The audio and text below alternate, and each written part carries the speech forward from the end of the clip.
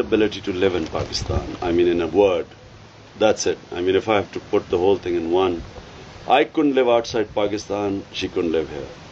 That was it. You came up against a brick wall.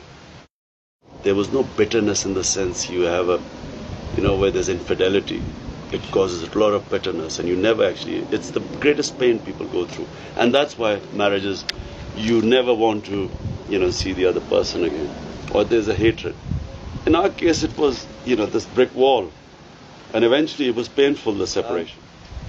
The point is that it is very difficult for a person, from another culture, so alien, to come and live here.